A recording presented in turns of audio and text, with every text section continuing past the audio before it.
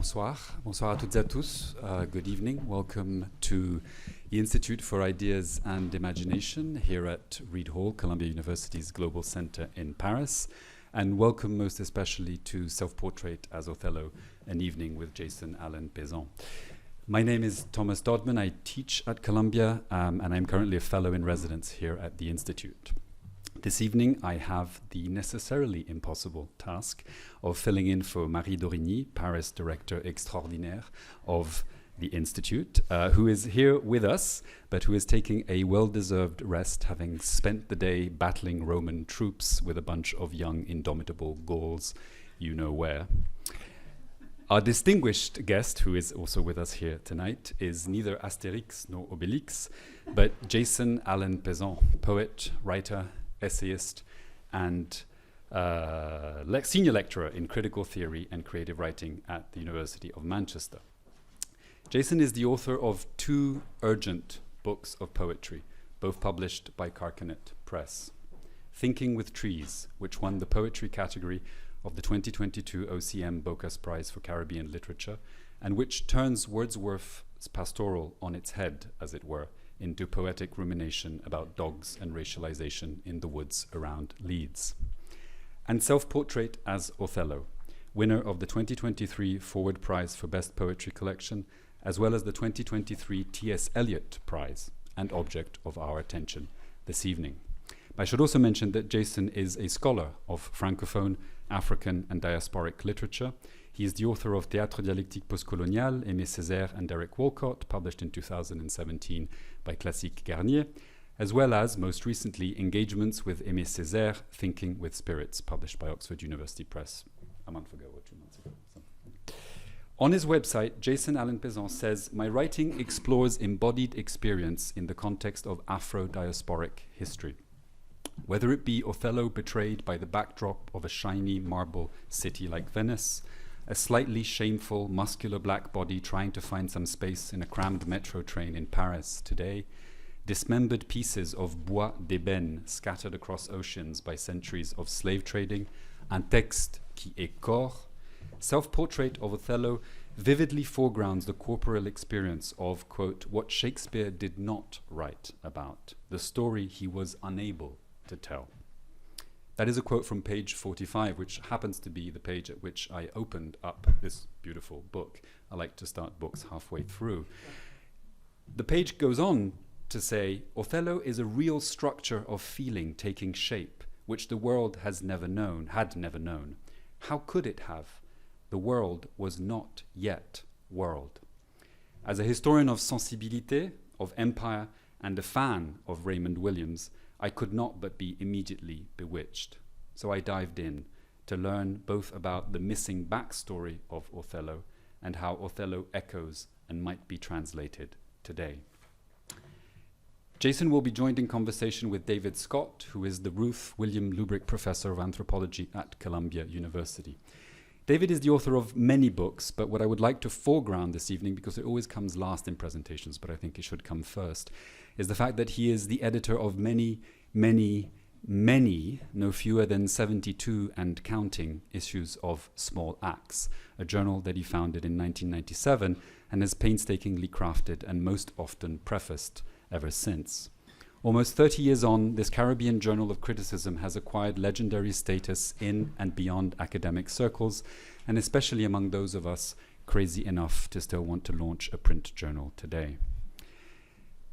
David's books provide challenging conceptual and historical reflections on temporality, memory, and tragedy in revolutionary movements and in their long, often melancholy afterlives. Let me cite his trilogy of rethinking postcoloniality in our present political moment. Refashioning Futures, Criticism After Postcoloniality, published in 1999 by Princeton. Conscripts of Modernity, Tragedy of Colonial Enlightenment, published in 2004 by Duke. Omens of Adversity, Tragedy, Time, Memory, and Justice, published in 2014, also by Duke. David is currently also a fellow here at the Institute, where he is writing a biography of Stuart Hall, of which we fellows have been catching tantalizing glimpses of over the last few months, and which you will all be able to get a mouthful, a nice foretaste on April 25th, when he will be presenting his project here in this room. So mark your calendars. Thanks to our friends from the Red Wheelbarrow Bookstore, we have copies of David Scott's latest book, Irreparable Evil, an essay in moral and reparatory history, just out and available for purchase at the back after the conversation, together, of course, with Jason Allen-Paisant's self-portrait of Othello, and to which we now eagerly turn. Thank you both for being here with us this evening.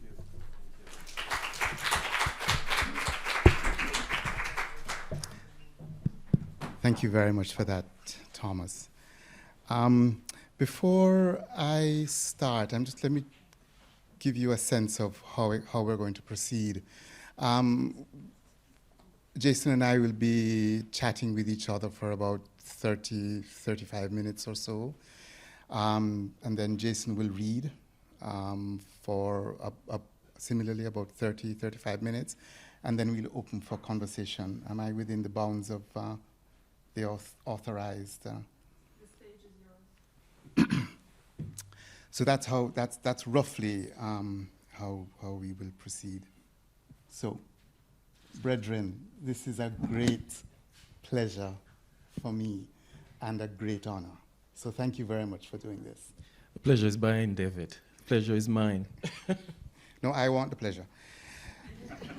and congratulations on Self-Portrait with Othello.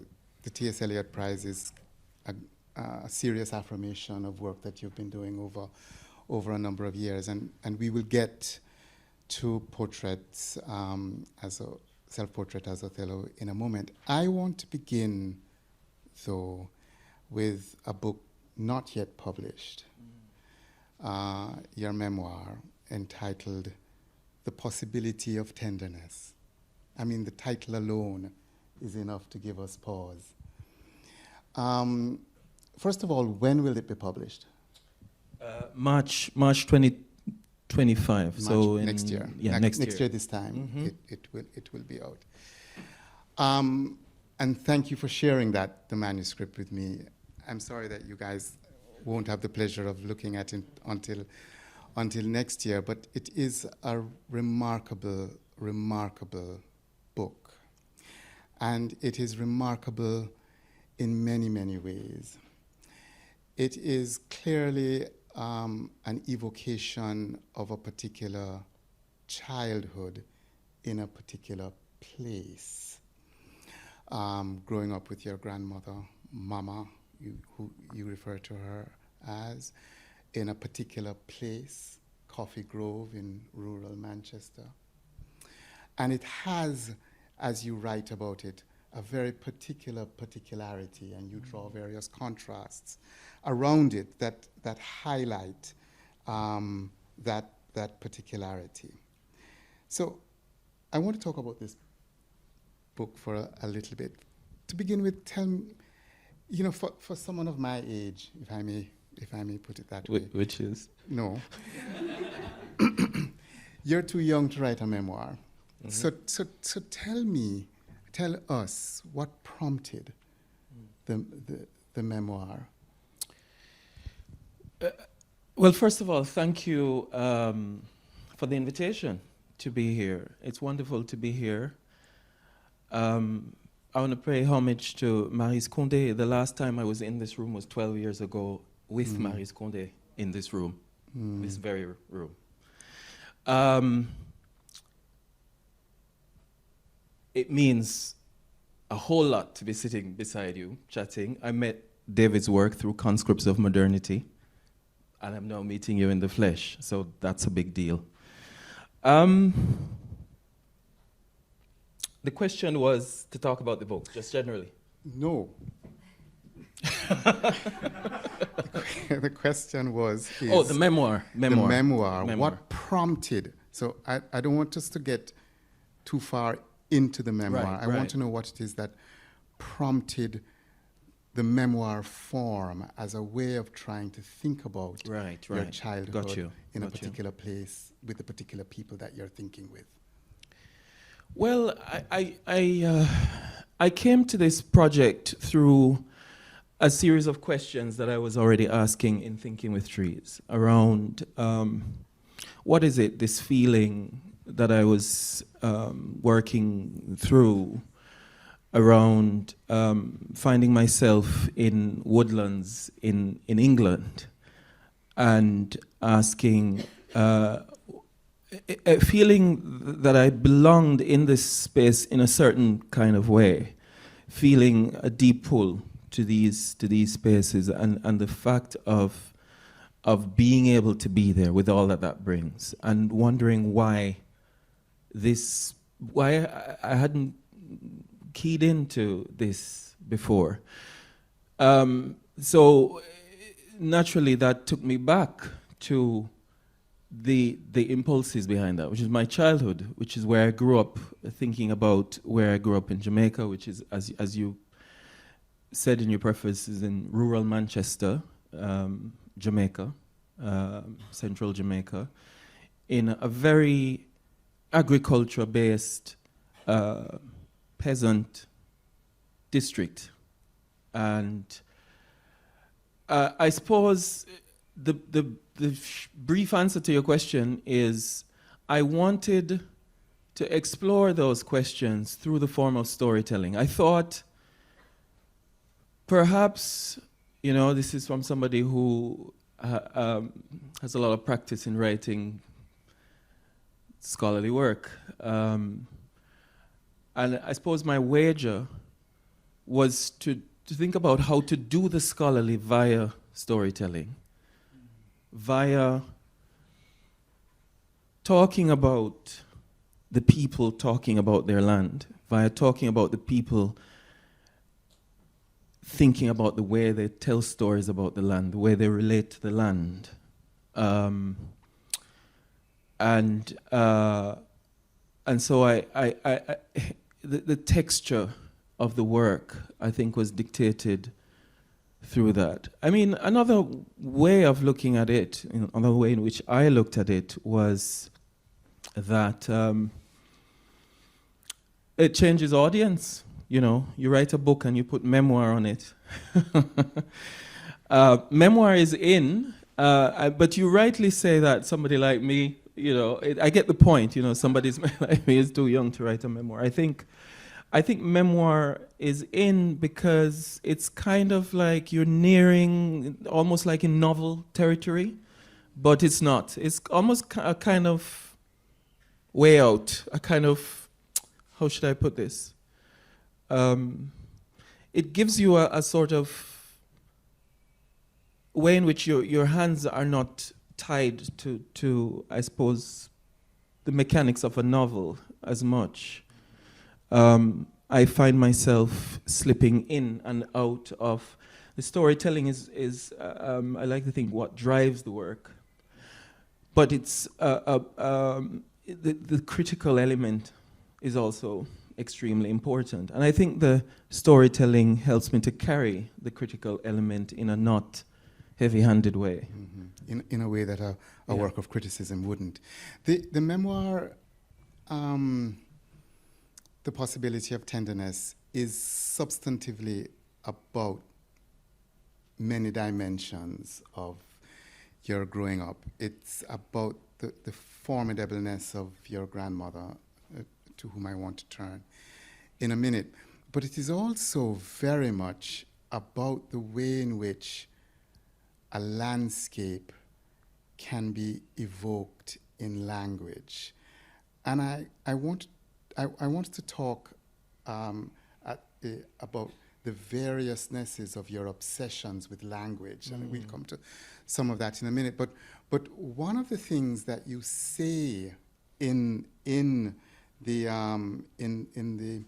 memoir is that language is place, language is flesh, and you talk about the thickness of language. And what's one of the fascinating things is the way in which you link language, the writerliness of your language, to the landscape that you're trying to evoke. So can you talk to us a little bit about the relationship in your head between language and landscape. You are, I mean, the evocation, the Wordsworth evocation is in many ways spot on. There is a pastoral obsessiveness in your poetry, and that connects to this way in which land and language are connected. I think the pastoral obsessiveness is my way of trying to understand something, which is the relationship, is that very question. What is the relationship between language and landscape? I've spent a lot of time in the recent years trying to articulate that. So I don't know if I'll do justice to it on the spot here now, but it's a question that I ask. First of all, I get the sense that one's landscape might influence one's relationship to language. I think Brathwaite and people like those have talked somewhat about this question.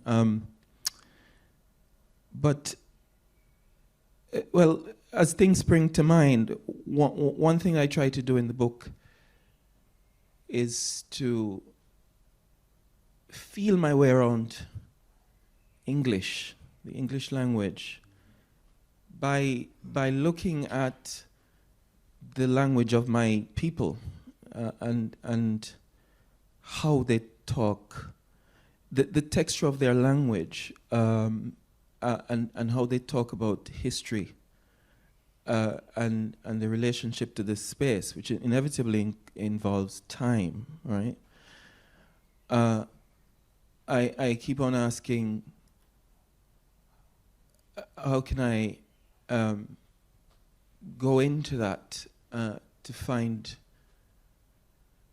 to sort of inject, how can I inject that into my language?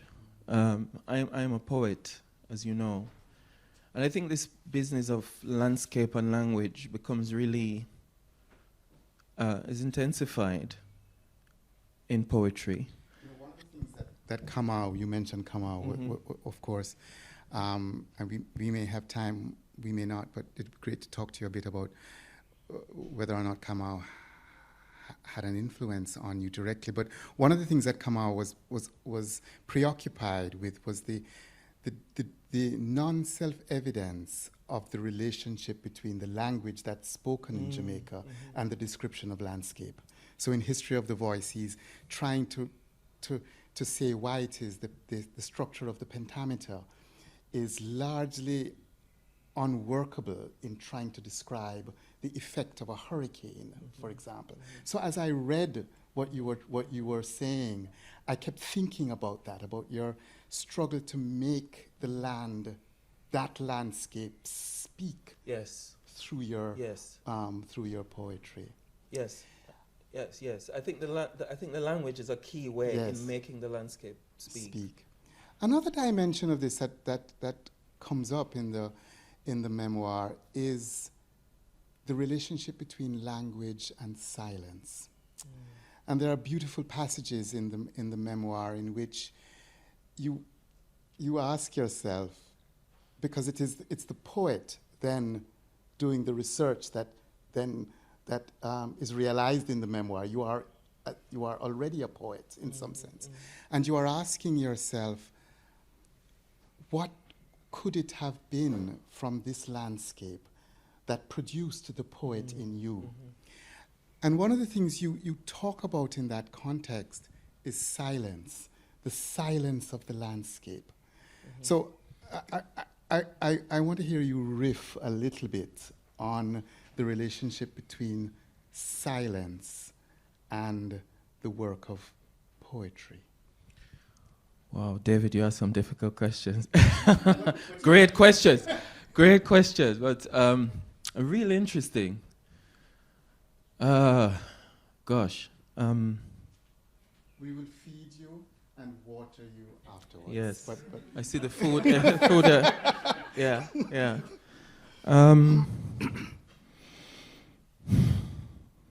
Yeah. I think. So I talk about how my childhood was a childhood of silence. Literally, because I was alone as a child, being raised by my grandmother. But there were a lot of silences in the history, because there were a lot of things that I wasn't told about why I found myself in this. Well, I suppose as a child, you have to know how to ask, you sort of don't know how to articulate certain things, articulate your questions, and you're there, and you're just a child being raised by your grandmother, who is mama, right? So that tells a lot in terms of the way I address her, mama. She was my mother. And I think, I just really think that kind of silence produces a certain kind of affect.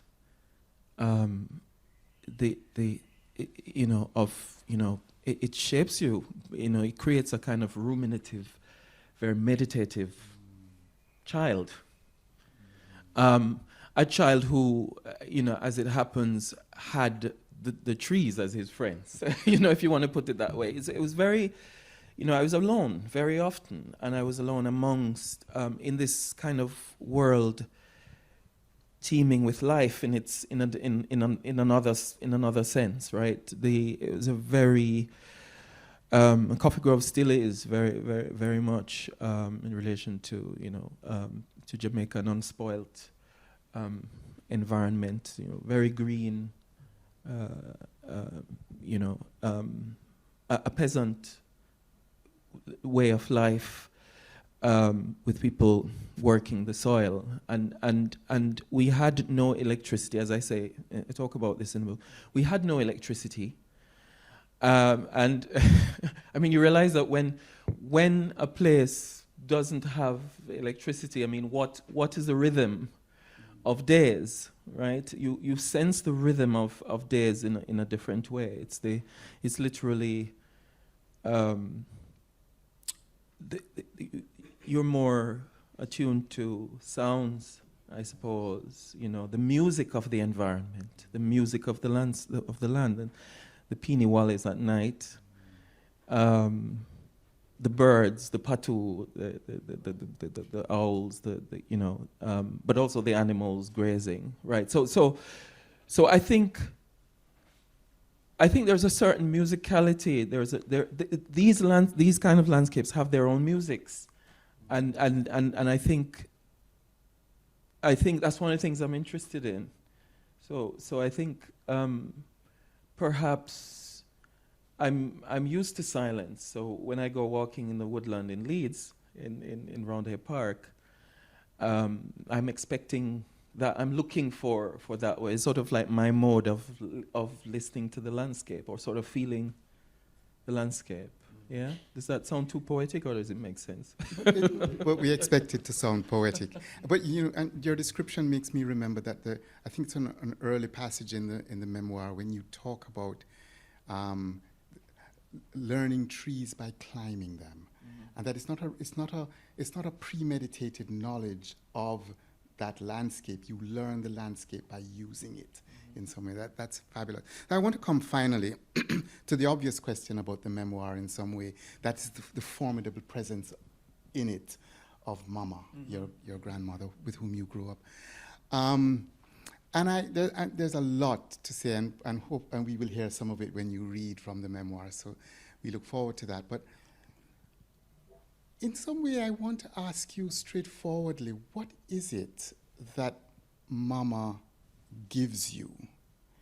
Or to put it a slightly different way, what is it that you take away from her? She's a complicated person. Yes. She dies when you're in Paris, gallivanting around the place, right, partying. Yeah. So it's a complicated story, but there is, one senses a very direct link between her and the poet who is memorializing her. Yes.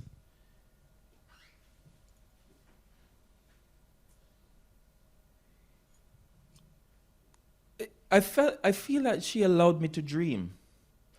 I feel like she's somebody who made a lot of space for me, a lot of room. The book is entitled "The Possibility of Tenderness," and the tenderness is declined in many ways, but I think that's one aspect of it. She allowed a lot of tenderness in my life, which I still feel. I think it's still enabling, even today. That sort of love, there's a lot that she didn't have, but I don't know how she did it, but she made me believe that I could accomplish so much. She made me believe that I could dream and that I could go places. I think I had already started to travel when I was 5. When I was 3, 4. I always had this imagination of flying away, of the big place, you know. And I think she had an elementary, I want to get things right, sort of like a grade 9 level education. But she was excellent for the level that she had achieved. And she only didn't, it's only because of lack of resources why she, that she didn't go further. So she was a clever woman in her own right. She was a village, kind of like the de facto mayor, in this peasant village. She was a school teacher. And so she loved words. And she loved books. She loved. We didn't have a lot of books, but there's sort of like there was a way of treasuring the few that we had. Perhaps I remember there was the Bible that was in every Jamaican household, and she was close to that, and the hymn books, because she sort of. She was close to the church, and I learned to read when I was 3. I was that kind of precocious child, and she loved. Can I say I think what I really want to emphasize is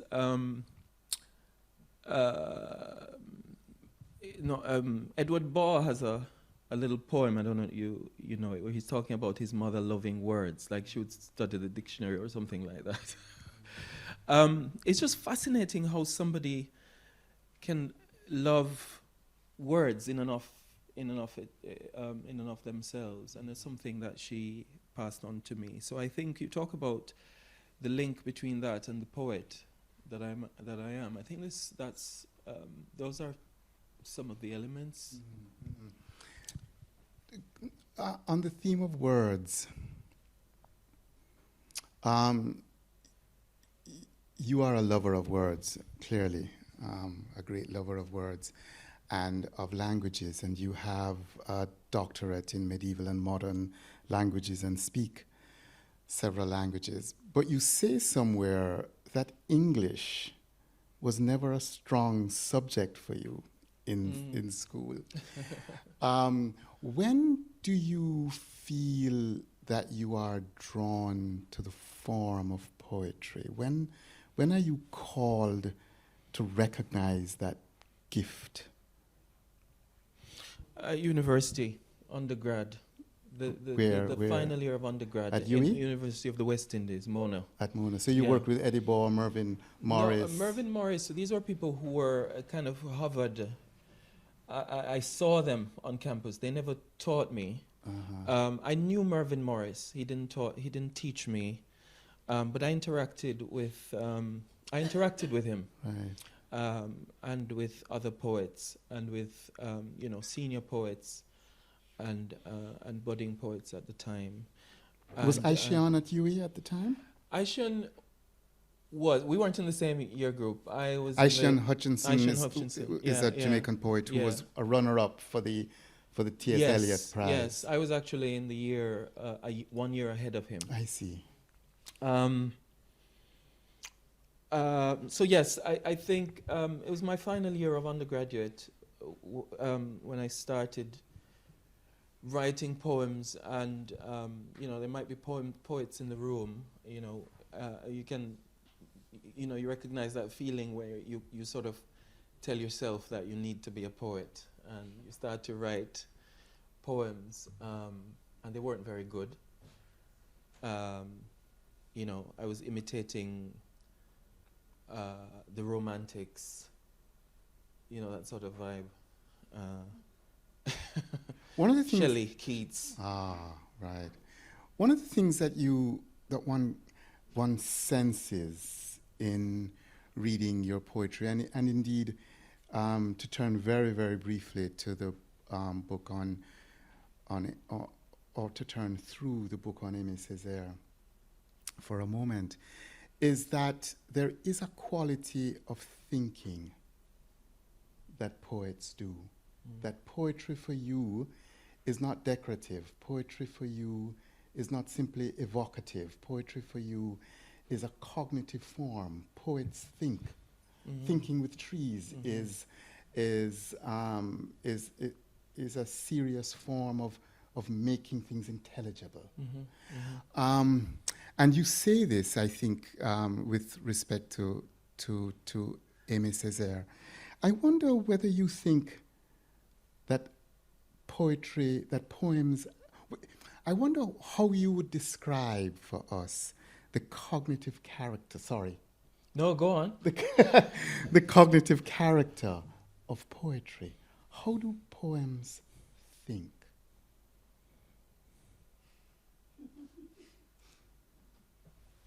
All right, let's move on. I think rhythm is a part of it. Okay. I can't be more articulate in my. I don't know how to answer your question articulately, but I think rhythm has something to do with it. But poems think. I think you when you try to put down words, your thoughts, and rhythm is what's governing it. You're thinking about pacing. Right. But what I'm saying is that for you, poetry is not only a form that moves one. Poetry is a form in which one thinks about life, about family, about landscape, about love, etc. It's a thinking form. One of the things I experienced with thinking with trees was the power of writing in the presence of. So like I would go for walks in the woods, and I would write in the woods. And I was like, it's the sort of, while, you're not just back at your desk writing about the tree. You're under it. You know what I mean? So I was interested in what that does. Kind of, being at the stream, writing about the stream. Or being with the tree, writing about the tree. And also your intention is to write about the tree, but what is looking at the tree going to allow you to sort of think?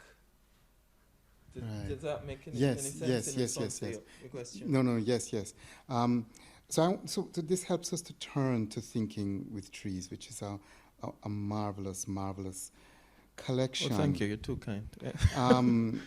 And there are lots of things that I want to ask you about it. I want to ask you about the influences. I want to ask you whether, but one of the things about thinking with trees that is wonderful is the way in which you tack back and forth between landscapes, between the landscape of Jamaica and the landscape of, I'm assuming it's Leeds. So can you tell us a little bit about what prompts that? I mean, there is an enormous care and tenderness, one might say, about your description of this landscape, and about it. On the one hand, there is what one feels reading Thinking with Trees is the kind of astonishment of the poet in the landscape. I think it's also linked to that, what I was saying just now, that practice of writing in the presence of, writing amongst the trees and whatever. That's, you know, that kind of biocentric, you know, that being in the woods or being along the coastline in Brittany or wherever, that the places that come up. I think did you say immediacy? You Immediacy used is a an great interesting word. I don't know what I used, but immediacy I like. I think the astonishment, right? The astonishment yes. and the surprise.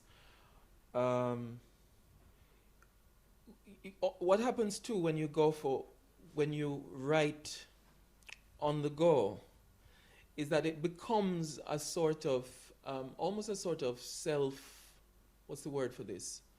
A sort of autoethnography in a certain way. In that the kind of writing, you record the stops and starts, the interruptions, the kind of jolts that you get. I mean, certainly that was my wager. I was trying to bring the texture of the walk itself. The texture, you know, the feeling of how it feels to actually go for a walk in these spaces, in the Roundhay Park in Leeds and in Malham Cove. I was trying to see how I could bring that feeling onto the page. There's also that sense of an almost organic pre-linguistic sense of belonging to the landscape of Coffee Grove, which you described. And the sense of asking yourself in those poems that are about at Leeds, I suppose, Roundhay, of how do you fit into this landscape? The sense of walking in a landscape where people are walking dogs. And I mean, Jamaicans have a weird relationship with dogs, so we won't go into the ethnography of that. But the sense of your own navigating a landscape in which dogs on a leash or domesticated dogs are part of a land. So that there is that contrast also, which is... Yes, exactly. But also the sense of you being weird by stopping, by standing there not doing anything. You become the odd guy out. Right. You become very weird, strange, threatening to a lot of people. A lot of people find a guy who's just standing under a tree doing what I was my writing thing. a poem. Right. Writing a poem. Or doing my weird thing, which is I literally am there just to listen and to hear and to feel I'm not going anywhere. I'm not walking any dog. I'm not on my way through. I just want to be there. But the guy coming through is on the phone. He's like, this guy. Like, you become odd. Yes. And why is it that is odd? Why is it that is the thing that's odd, that you're not on your way to somewhere, you're not walking to the park because you're on your way somewhere, or you're going for a jog, or you're going to walk your dog, right? Why? So my question, that was the question. Why is that the odd thing? Right. It becomes threatening, and a lot of it, some of it you get as well, because I write in the book, in the memoir, about standing on the stump of a tree at dusk in my big long black coat with the hood, of this cowl, like this hood over it, and people walking past or running past, and they it's so you get that this is who's this scary, But I guess what's interesting is how it raises questions, right? Sometimes what's interesting about these experiences is the questions that they allow you to ask. I'm aware of time, and I have one more question to ask, and it's a question about self-portrait as Othello, which has a very different kind of feel. It is not a pastoral volume of poems. It is nevertheless a volume of poems about, if you like, movement. The movement here is around it's a geopolitical or historical movement, and most particularly, it's a movement around identity, your own identity. And so, partly the question is, it's in some sense, it's about you and Europe. And in many ways, in Thinking with Trees, it's the case too. You're trying to find a language to articulate your own sense of having grown up where you grew up and having ended up where you have ended up, right? And so these are geographical kinds of displacements, but also personal biographical displacements. And that shapes the self-portrait with Othello very, very directly. So in some sense, I want to ask you perhaps the obvious question to close with, which is, why Othello? Why is it that any black person today in Europe or elsewhere should think that Othello is the mask through which we play with, explore, excavate a sense of being black in Europe? What is it that you want us to take from your worrying through Othello? Well, I love the fact that you use the word mask, and I'm a theatre person, as you know. I'm a theatre scholar, and the answer is there. I remember doing a module, a course in my MPhil at the University of the West Indies called Post-Colonialism and Shakespeare Criticism. And the reading we had to read all the plays. And there are some plays that, Othello in particular, I wanted to do something with. In other words, there are some questions that I had around that play that I wanted to, they never left me. And coming into this project, which I started writing before it became a project as such, because these poems, the genesis of Self-Portrait as Othello is 10 years ago when I was still living in Paris. So it predates Thinking with Trees by far. And so Self-Portrait as Othello is a book of layers. It has had several lives. And the Othello bit came in at one particular layer, at one particular time, which was around 2015 or thereabouts, when somehow Othello and Desdemona came I was just writing, and I was just thinking about Othello and Desdemona and the rapport, because the subject matter had to do with precisely that, the interracial encounters, interracial relationships in a big city, amidst the white gaze, the black man amidst the white gaze in friendships, in romantic relationships, and so on. That was the thing that I was writing about, with Fanon always in the black background, which is also about masks, right? Peau noire, masque, so it had always struck me, so I make several links, it had always struck me how theatrical that book is. Peau noire, black skin, white masks.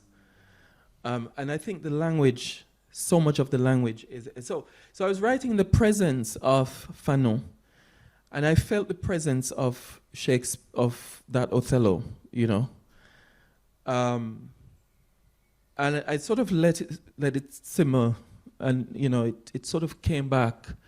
And one mentor, who's a poet, who's at Oxford University, said to me, "Why don't you write some more?" It was just one snippet in one poem. He said, "Why don't you follow this Othello thing? Why don't you write more about it?" He felt it was really interesting.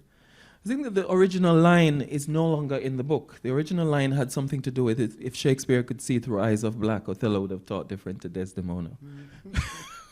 Don't you see this? This shit is bigger than you. Something like that. I think if I can remember the lines, I had to do. They were something of that kind. And the wager was how to kind of use that character as a sort of container, a sort of prism through which to examine the theater of the sort of the theatrical element, the sort of the performance dimension of, you know, being the only black guy in the room, the only black, sometimes the only black person in the room. You know, the theatrical element of race, really. Right. Theatrical element of race, the performance, the theater of race. What do I want to say? The visual, the ethics of viewing, how we view, you know, which also I think it was a big theater concern, right? What you're able to see, how you see. You know, talking about moving through Europe and those migrants, you know, the migrants who sell trinkets under the, you know, like you see them under the Eiffel Tower, you see them at the Louvre, you see them at the Piazza, the San Marco's, what do you call it, Piazza San Marco in Venice. You see them all over, and you know, I'm really interested in what we're able to see and to think about the Renaissance period through that. Othello that's the genesis. Venice is really interesting, a place in that space, because physically it's very interesting. The visual art, the portraiture of Africans in Venice is not something that gets enough scholarly attention in terms of the silences around African lives in that period. And also in the scholarship around visual art, what are we able to see, right? What do the critics talk about? So, you know, hence the, you know, it's sort of, the book tries to pull attention to visuality in so many ways, you know, not the least of which is the cover. So I wonder whether you should, on that note, turn to listening to you read. Yes, I'll read a section from The Possibility of Tenderness for starters, to start.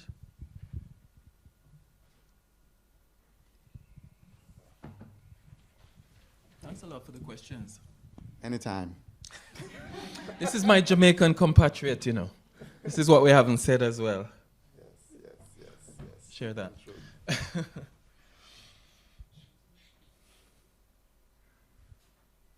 Okay. I had queued one bit, but sort of like in the light of what you were saying, probably I should start from the very beginning. That'd be wonderful. So chapter 1 is entitled Mama's Grung. I think people need to hear the grung. Grung. Yeah. Mama's Grung. It's the Creole. Yeah. The Jamaican Creole. When I was a child growing up in Coffee Grove, Jamaica, I knew a tree, mango, coconut, guinea, breadfruit, star apple, guava, through climbing it. And if because of their size they were unclimbable, I looked longingly at them. I threw stones at them to down their fruit, or I would cut bamboo poles or tree limbs to pick something from them. These were trees that fed us. We gave short shrift to the ones that bore no food. I had respect for the large trees like the guango and the savannah-like fields on our way to Grung. In Jamaica, Grung is the small cultivation plots of peasant farmers, but it's also our name for anything, anywhere food crops grow. Grung is synonymous with earth, and the earth is hugely important in our traditional belief systems, the ones passed down to us by our African ancestors. In these, food is part of an overall cycle of connection with the earth. And though much of this cycle, the beliefs and practices that honor the earth, have been superseded by the religion brought by the European colonizers, this intuitive sense of connection with the earth still persists every time we say the word grung. For me, grung was where Mama planted yams. Mama was my maternal grandmother, but I was raised by her, so that up until the age of 5, I thought she was my actual mother. The guango was a dark tree, tall, fat, and unclimbable. It gave me a feeling of smallness, though not a humiliating one. There was a sadness that it gave me, a feeling at once of being extracted from the flow of life and of being most deeply embedded in it. It brought me the knowledge of death. The poet Ross Gay has characterized joy as a feeling, quote, infused with the act of dying, unquote. And I find in his words a language for describing the sensations the guango tree produced in me. Act of dying is Gay's way of describing the feeling of disappearing into and profoundly joining something. What I felt upon contact with the guango tree was indeed a feeling of dissolution and absorption into the tree, into the green and ochre world around me, as I walked through the fields with Mama. Coffee Grove is located in the north of the parish called Manchester, close to the border with Clarendon. It's a hilly area sitting high up in the Mayday Mountains. At this altitude, 591 meters above sea level, it enjoys cool temperatures for much of the year, which makes it an ideal location for the growing of the plant that gives it its name. Outside of the odd family that keeps a few coffee trees for their personal consumption, hardly any coffee is grown here anymore. A rural district, as we call villages in Jamaica, its population of a few hundred people live in houses scattered along a stretch of mountain or in the small dirt tracks hidden here and there along the road that snakes up into the cockpit country, with the village of Blue Mountain to the south and the district of Mount Pleasant above it. A small settlement where everybody knows each other, but where your nearest neighbor might be well out of earshot. Along the road, a couple of churches and half a dozen wooden shacks selling household essentials like bleach, soap powder, and flour. For the rustic joviality of rum bars, you can go to either Mount Pleasant or Blue Mountain. Coffee Grove is a devoutly Christian place where the elders frown upon drinking and carousing. For the entirety of my early childhood, the district had no electricity. It had no piped water either, and still today it doesn't. Nights there had the sort of deep silence that favored stories about roving spirits called rolling calves, bulls with flaming eyes, and other creatures of the night that terrified us. They were the first stories that fired my imagination, and they inhabit it even today. Yet the silence was far from total. In these streets devoid of electric lamps and nocturnal gatherings, a sort of music would emerge. The sounds of crickets, patoos, and peeny-wallies. Only later, when I went to live with my birth mother in the nearby town of Porus, would I experience jukeboxes blaring rocksteady and oldies from Bagas, the rum bar located near to our home. There's a lot of rum bars in Jamaica, really. Coffee Grove is a quiet, slow rural district, and if you live here, chances are your life is organized around the ground. The Coffee Grove Church of Refuge, the born-again, tongue-speaking church, will probably represent a sort of compass in your world. Today, many of the young have emancipated themselves from it, but for generations their parents had sworn allegiance to and were often subjugated by its strict moralism, by its speaking in tongues, demon-rebuking devotion. With such religiosity, there's a part of youth that dies as soon as it appears. The district is full of hills, and to get to Mama's grung, we climbed one. This hill was nameless. It was steep and full of rocks, difficult like most of the other paths we had to travel. On weekday mornings, we'd climb the hill that leads to Mount Pleasant, where Mama was the mistress of the postal agency, which also served Coffee Grove. The main grung day, the day for tending to the land, was Saturday. But occasionally there would be time to go there after 3 in the afternoon on weekdays. The postal agency would close at midday.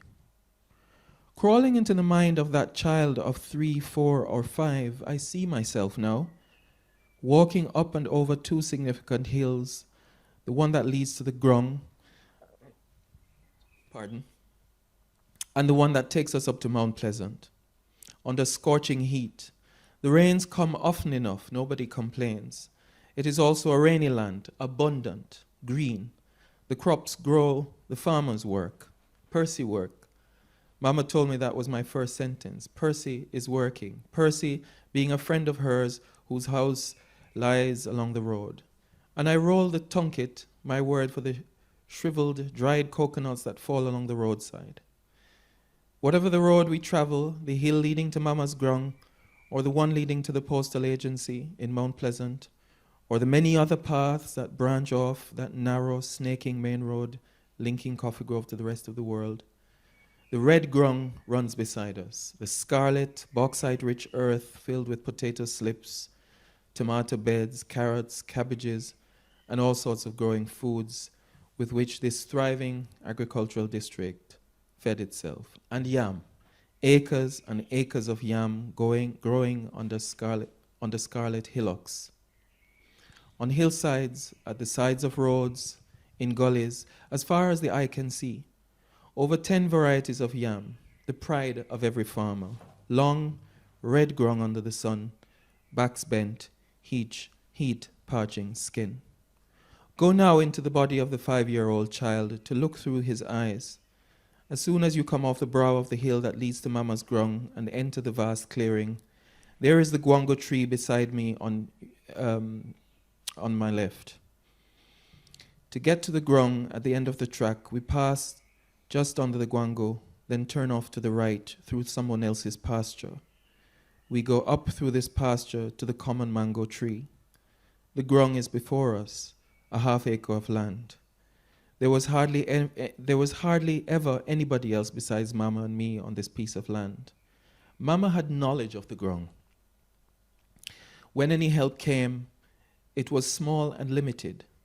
She would pay to have the yam sticks cut and erected, and if the sticks weren't to her liking, the men would have to bring new ones. She'd tell them off. A few times a year, in May, August, and December, men would come to help when there was a huge amount of yam planting to do. These months were the best months for planting, based on the varieties of yam that we have in the Coffee Grove and when they were to be reaped. Timing is everything for yams. Different yams are planted at different stages of the moon, and they need different amounts of time, sometimes vastly different, to be optimally mature. There's an inherited science when it comes to yam cultivation. You don't just get up and say you're doing it. If I step over into my childhood memory, Mama is often holding an almanac in her hand and muttering things to herself while doing so. She's sitting on her bed or on her wooden bench on the veranda muttering words whose connections I don't fully understand. Full moon, first quarter, second quarter, third quarter, dark night, new moon, St. Vincent, Mozilla, to dig, afu for going a dark night. To the child that I was, these mutterings were like spells, and yet I knew at 3, 4 years old that there were plans, instructions to self for planting. Holding the almanac while speaking to herself seemed as much a mama thing as her mulching the yam vines or training the yam hills or training their vines, as her sourcing from friends the goat's milk that she's scalded for me to drink in the mornings.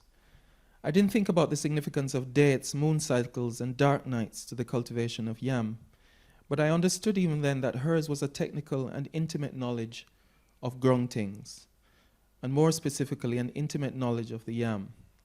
Yes, intimacy was how I thought of it. I was born into a world where the connection between people and their food and the ground that produced it was one of lavish care and intimacy. The feeling I had then, I can't explain why, was that people spoke to the ground. Mama's runic mutterings gave to the yams, Afu, Mozella, St. Vincent, Barbie, Negro yam, Ta, a kind of mystique. Up to now, I think of yam as a mystery food. I think I'll end it there. Thank you. And then you'll read from portrait, self-portrait Yes. as Othello. I can't not take the opportunity of being here to read some of the Paris. It's great that I'm here because these bits about Paris take on, that it makes a different kind of sense in the space. A damp room on the 3rd floor, École Normale Supérieure. No sound in that hallway, but in my blood, how sharply loneliness cuts the body. My woman walks so dirgefully beside me. I will always be a stranger here. The bloody thing is, I didn't realize it, that black was a different language, that no paper, no papa, no picket fence was a different language, that porous was a different language, that going to the theater every other night, going broke, was my new language to act bourgeois and find my bourgeois style. The plush carpeted Comédie Française, salle Pleyel for music, opera, and theater. No heads like mine to watch Phèdre die. Only one black man in the room who rises from the orchestra to salute me, fist bump in air.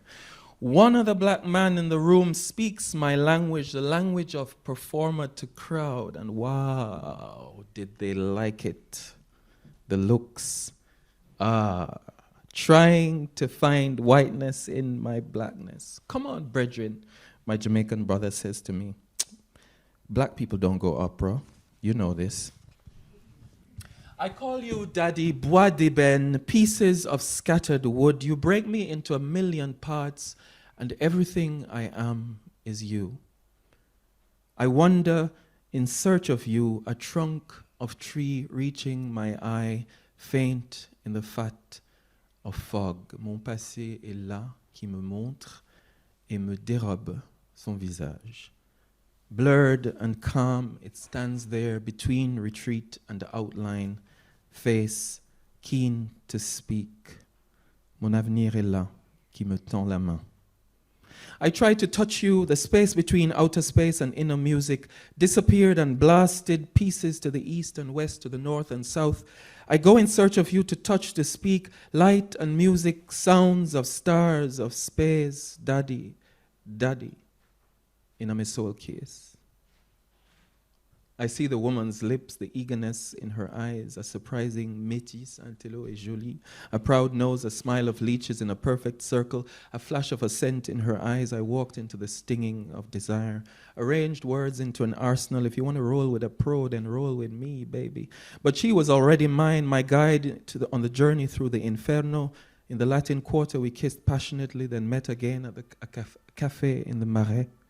An evening filled with awkwardness. With nervous questions, I made the night unsubtle, driving the charm away. Would I score? Did she want to? By miracle, I'm back in her bed. I pray her copper skin is really there, cat purring against mine. But shame, the fly got stuck in my brain, like every time the mask.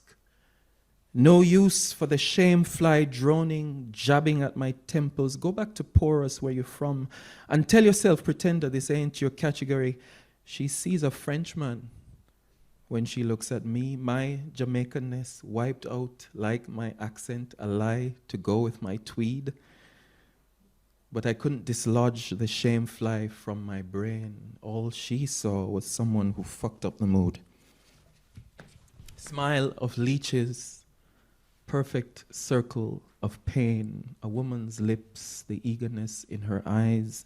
We descend stairs of stone. The woman I had seen kissed in the middle of the street is here on the ground in the club. Glory and praise. The woman I had kissed in the north is here in the south. And yes, I'm going back to seek her. A shard in my palm. Douleur, the oozing ooing of the ooh.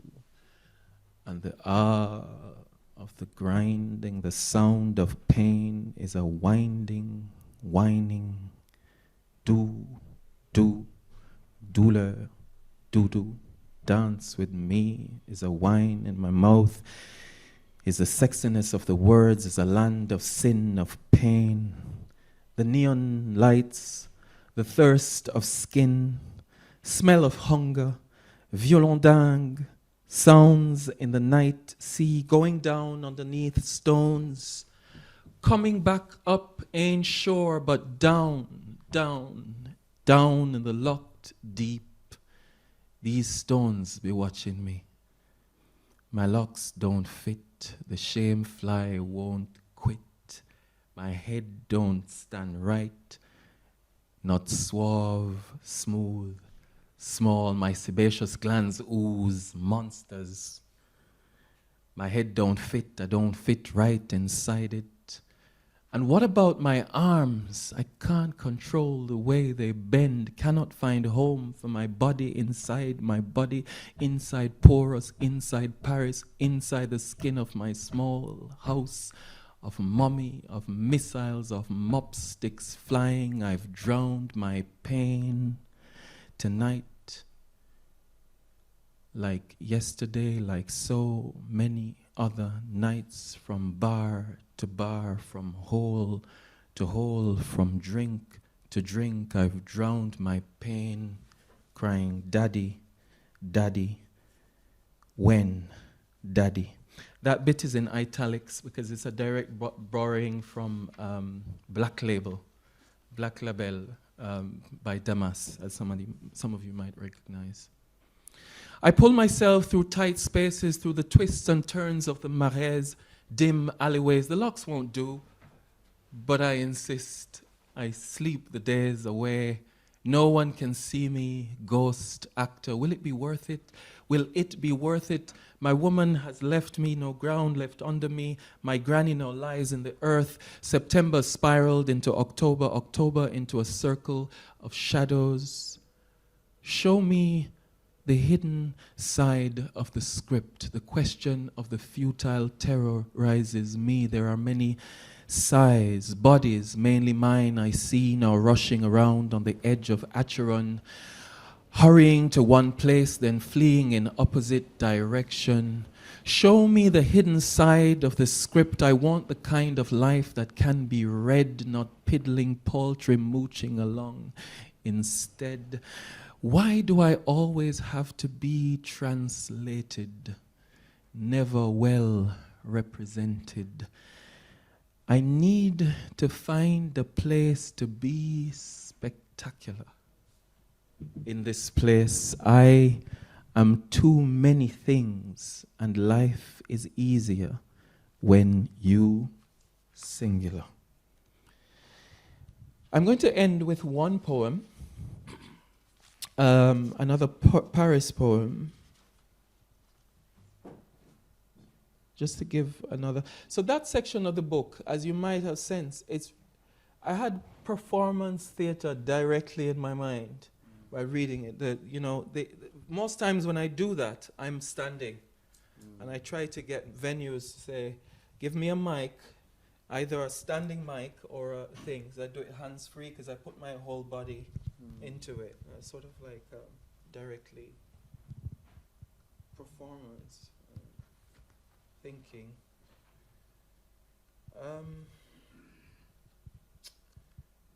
Yeah. Want to close, right? Yes. Not to close, we'll open it up Right. for questions. I think, yes? I don't know which one. I feel I want to read one more short poem.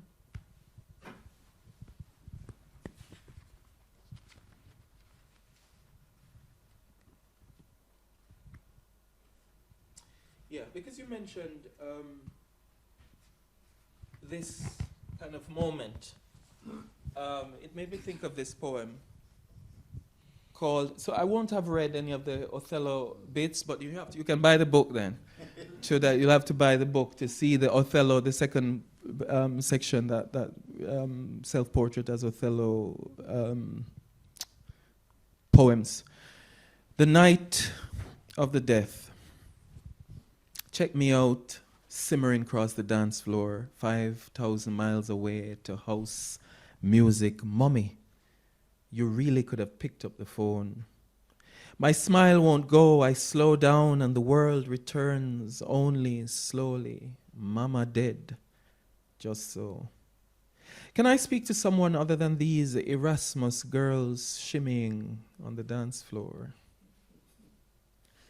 Mommy, you really could have picked up the phone.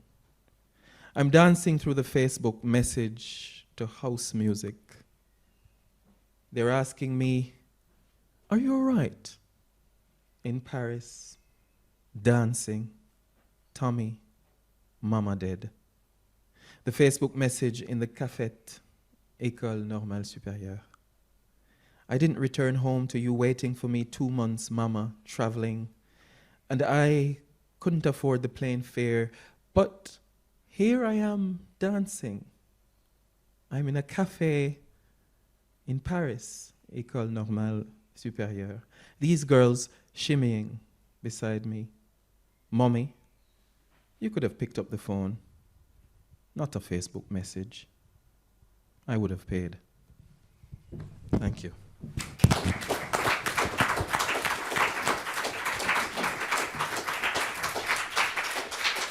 Thank you very much, Jason. So we have time for how much time do we have? Thank you so much for this conversation and for this reading. I had 2 questions, but because of your, Jason, your reading, I have a third question.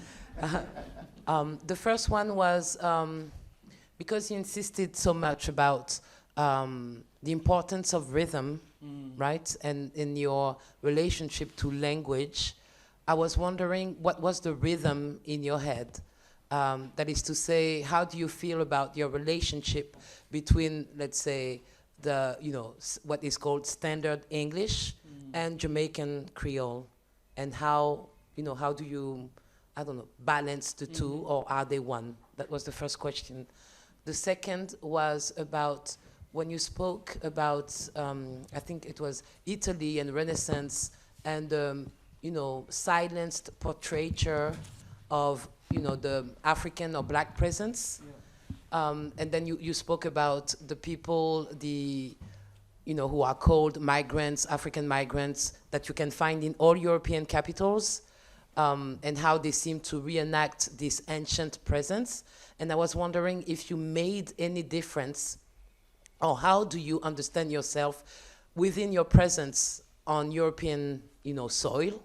And is there a difference between those, migrants and, let's say, indigenous, increasingly, more present indigenous Black people of Europe, the people who are not fresh migrants, right? Yeah. And the last question has to do with your, the last reading. I think it was the last one. But when you spoke about, when you said, I haven't read your book, but why do I always have to be translated, not well represented?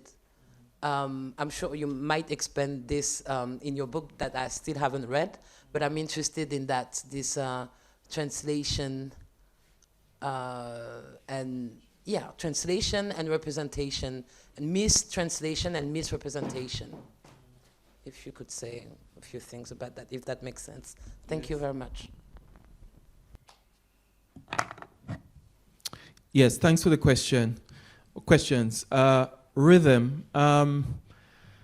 Yes, I'm always trying to find my place between them. So I'm always dancing between both. I'm always trying to find to strike the right tone.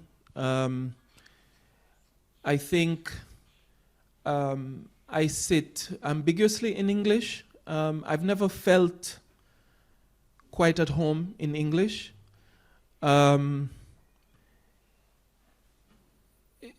Despite, being Jamaican and speaking it well, I'm also always trying to bring those sensibilities that reside in the patois, which is the language of intimacy, which, given everything that I've said, I'm sure you can understand how it's the language of intimacy. language of the heart in some ways. I'm always trying to bring that in. And a lot of the questions I face are practical concerns, you know. So in that sense, there's a lot of dare in this book in terms of how I dare to write and the language that, you know, how much patois I put in.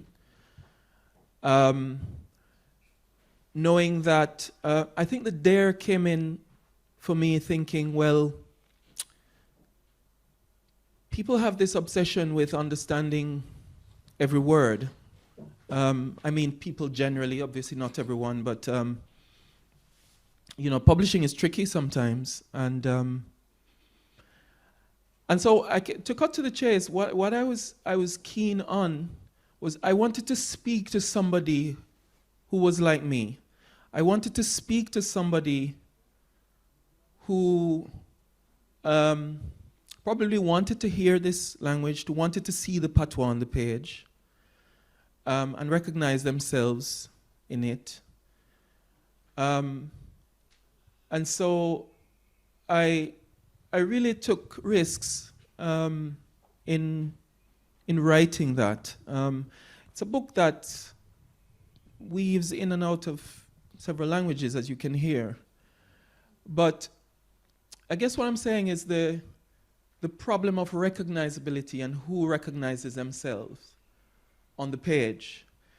And this has come up in conversations, even in recent times, in the wake of the T.S. Eliot win, you know. Let's just say, I wanted people to meet me in the language, to meet me on my terms. So that's what I would say. On the second question, about the migrants,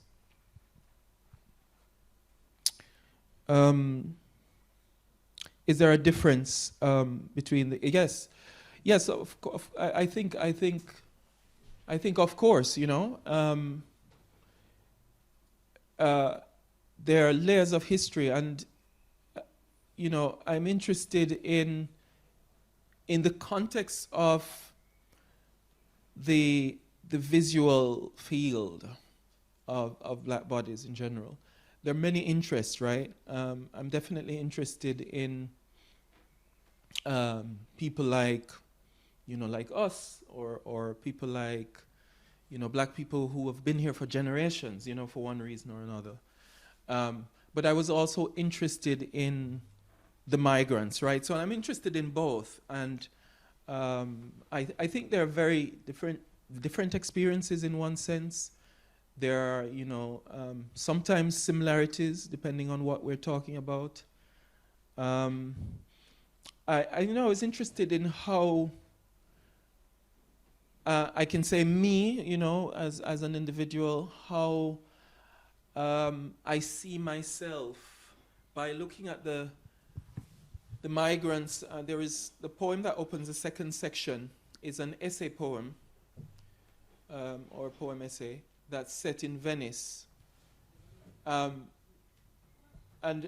it was fascinated by how, you know, just standing there observing the dynamics between, you know, of these people selling little trinkets to tourists and what have you.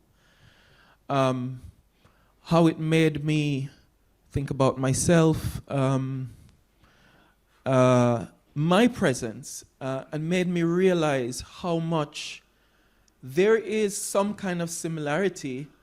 However, you know, some kind of similarity in terms of, you know, dynamics of race, but also huge difference in that I am a tourist and I have like a kind of privilege of being there, you know, as someone who this guy that I meet can be selling you know, his toys to and what have you. So it's all sorts of questions that allows to, you know, that raises.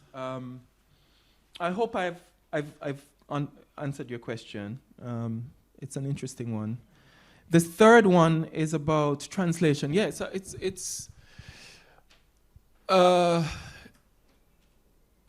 I had in mind while writing that was thinking about my subjectivity sitting at the intersection of so many places, and the intersection of kind of place and experience, the experience that you come with.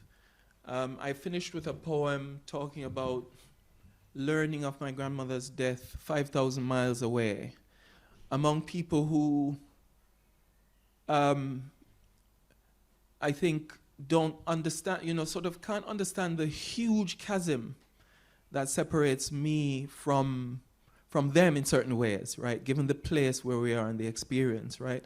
There's a way in which, I found myself at the École Normale, and it given where I'm from, there's nothing that could kind of allow those two worlds to meet. Those two worlds are so radically estranged from each other. And I think you experience the I think many people can relate to this kind of experience of that kind of translation of experience, right, at the intersection of class, race, gender, and so many other dynamics. So those are some of the issues that I was touching upon in that theater.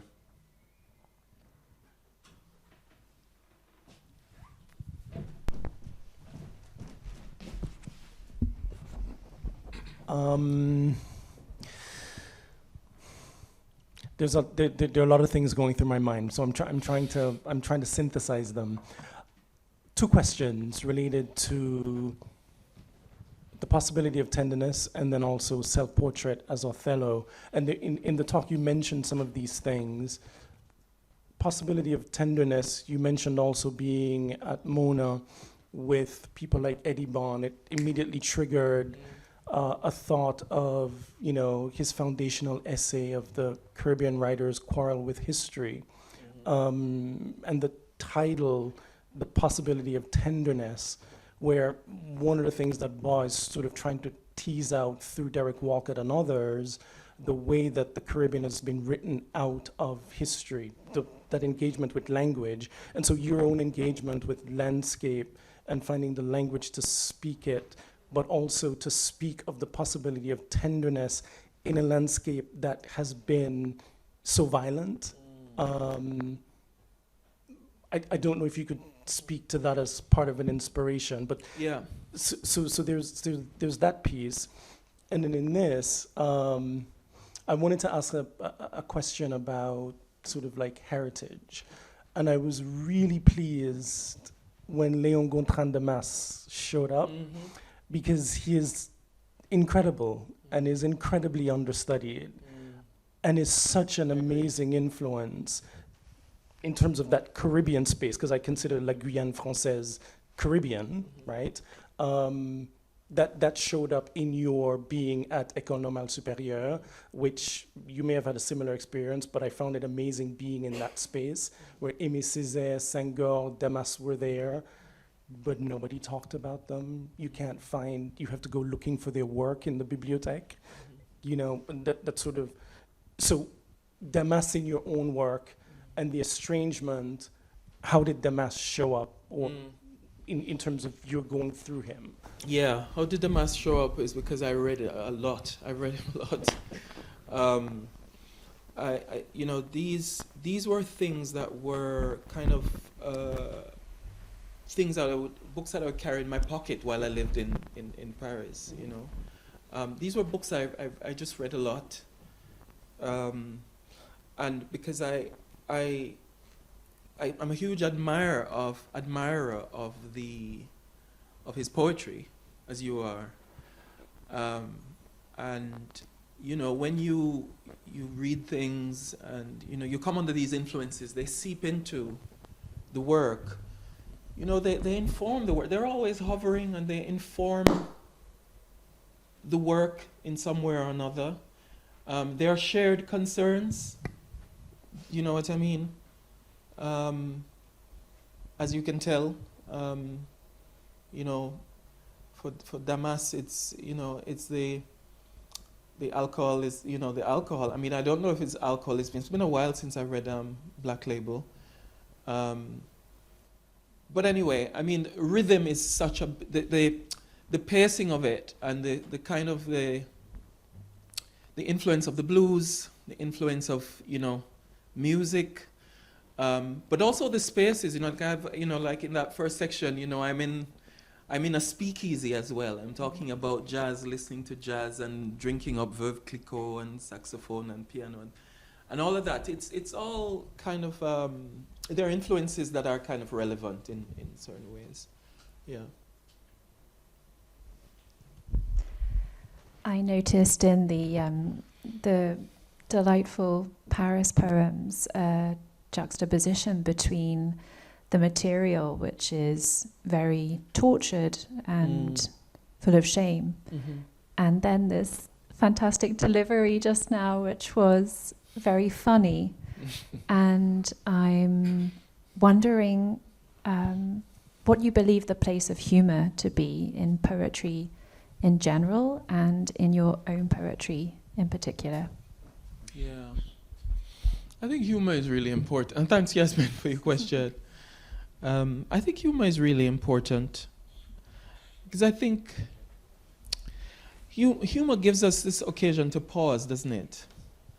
I think that's how I appreciate it sometimes. I like wry humor. You know, I like the kind of humor where, you know, I come from a society where people just turn the tragic, the awful things into laughter, and that's part of how we survive. You know, it's as simple as that. We say, take bad things, make joke, or, you know, we have many sayings around that. So it's kind of like a mini philosophy of some sort. And I think I managed to see the humor in the tragic and the absurd. It's the absurd humor as well, right? It's that. It's a kind of you know, in France they say décalé, you know, or